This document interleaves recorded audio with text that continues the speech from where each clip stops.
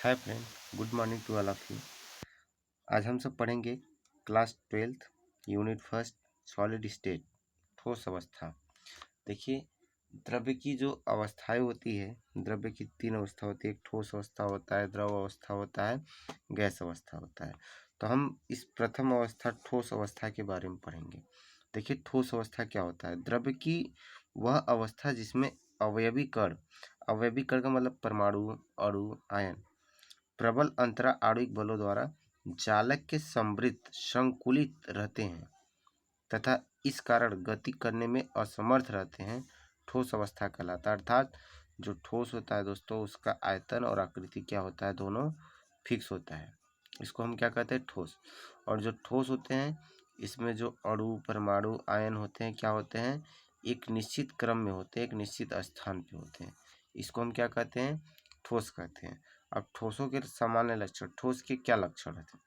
ठोस पदार्थों का जो आकार होता है, आयतन होता है तथा आकृति निश्चित होती है। अर्थात उस पात्र की आकृति आयतन ग्रहण नहीं करते हैं जिसमें इसे रखा जाता है। अर्थात अब ठोस का जो आकृति होता है, आकार होता है, वो फिक्स होता है। किसी भी पात्र में रखेंगे तो उसकी आकृति ग्रहण नहीं करता है।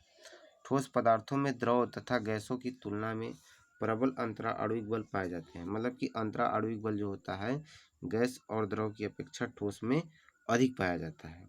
अच्छा, ठोस के अवयवी कण, परमाणु, अणु, आयन एक निश्चित जालक बिंदु पर एक ही स्थिति में होते हैं तथा अपनी माध्य स्थिति के सापेक्ष ही दोलन गति कर सकते हैं। मतलब जो ठोस होते हैं दोस्तों, ठोस में क्या होता है, जो अणु, परमाणु, आयन होते हैं, वह क्या होते हैं? काफ़ी पास पास होते हैं। वह काफ़ी क्या होते हैं?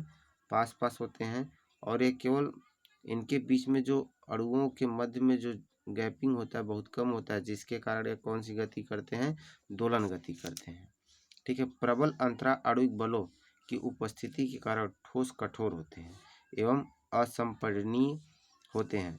मतलब कि अगर आपसे पूछ दिया कि ठोस कठोर क्यों होते हैं, तो प्रबल अंतरा आणविक बलों के कारण की उपस्थिति के कारण ही क्या होते हैं? ठोस कठोर होते हैं। द्रव एवं गैसों की तुलना में ठोसों में नगण्य विसरण होता है। विसरण का मतलब बहाव।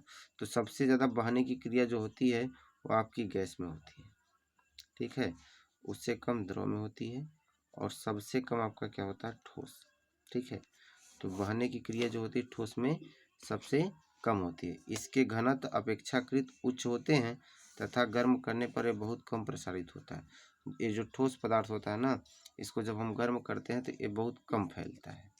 ठीक है, इसमें क्या होता है? भंगुरता होता है। ठोस में क्या होता है? भंगुरता होता है। ये अब ठोस जो होते हैं वो 2 प्रकार के होते हैं। अब देखिए, 2 प्रकार के होते हैं किसके आधार पे? जब हम ठोसों का वर्गीकरण करते हैं तो घटक के कणों की व्यवस्था के आधार, लघु या दीर्घ परासी व्यवस्था के आधार पर ठोस को मुख्यतः 2 प्रकार से बांटा गया है। एक क्रिस्टलीय ठोस होता है। देखिए, क्रिस्टलीय ठोस क्या होता है? वे ठोस जिसमें अवयवी कण त्रिविम में अर्थात विस्तृत क्षेत्र में एक निश्चित एवं नियमित व्यवस्था में होते हैं। अर्थात अवयवी कणों की दीर्घ परासी व्यवस्था होती है, क्रिस्टलीय ठोस कहलाते हैं। जैसे कापर हो गया, सिल्वर हो गया, आयरन हो गया, साधारण नमक हो गया, जिंक सल्फाइड, शक्कर आदि। अब जैसे दोस्तों देखिए, एक आपका माइनस प्लस माइनस प्लस, ऐसे प्लस माइनस करके समान आवेश में NaCl का संरचना है। तो अब हम देखेंगे दीर्घ परासी व्यवस्था, मतलब ऐसे काफ़ी आपका है, तो क्या करेंगे? प्लस माइनस माइनस प्लस ऐसे करके है, तो ये आपका क्या हो गया? ये आपका क्रिस्टलीय ठोस हो गया। एक निश्चित ज्यामिति, एक माइनस है तो एक प्लस है, फिर माइनस है तो प्लस है, ये आपका एक निश्चित ज्यामिति, एक निश्चित संरचना हो गया। ठीक है, ऐसे कापर, सिल्वर, आयरन किसी का भी ले सकते हैं। देखिए, अक्रिस्टलीय ठोस क्या होता है? वे ठोस जिसमें अवयवी कणों की कोई निश्चित एवं नियमित व्यवस्था नहीं होती। मतलब उसके जो अणु, परमाणु, आयन होंगे किसी निश्चित क्रम में नहीं होंगे। अर्थात कणों की जो व्यवस्था होती है वह लघु परासी होती है। इसे अक्रिस्टलीय ठोस कहते हैं। उदाहरण के लिए आपका कांच हो गया, रबड़ हो गया, प्लास्टिक हो गया। अब रबड़ हो गया, जैसे देखिए रबड़ हो गया, अब इसके अणु, परमाणु, आयन के लिए कोई निश्चित व्यवस्था नहीं है, ये इधर उधर कहीं पे भी होते हैं। लेकिन जो क्रिस्टलीय ठोस होता है ना, उसके जो अणु, परमाणु, आयन होते हैं वो क्या होते हैं? एक निश्चित व्यवस्था में, एक निश्चित क्रम में होते हैं। ठीक है दोस्तों। अब देखिए क्रिस्टली ठोस और अक्रिस्टली ठोस को हम कैसे पहचानेंगे।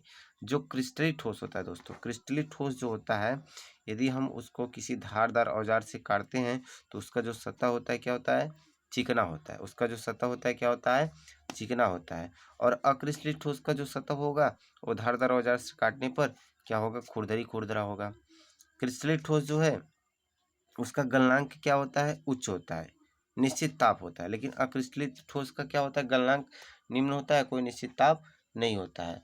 अक्रिस्टलित ठोस को यदि जैसे रबड़ हो गया, रबड़ को जला देंगे तो क्या करेंगे, देखेंगे कुछ भाग जलता रहेगा, कुछ भाग पिघलता रहेगा और कुछ भाग नरम होकर मतलब धुएं के रूप में निकलता रहेगा। तो ये अक्रिस्टलित ठोस है।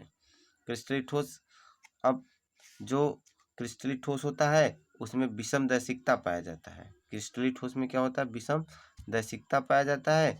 और अक्रिस्टलिक ठोस में क्या होता है, समदैशिकता पाया जाता है। हम इसके बारे में अंतर पढ़ेंगे दोस्तों अगले वीडियो में, क्रिस्टलिक ठोस तथा अक्रिस्टलिक ठोस में अंतर।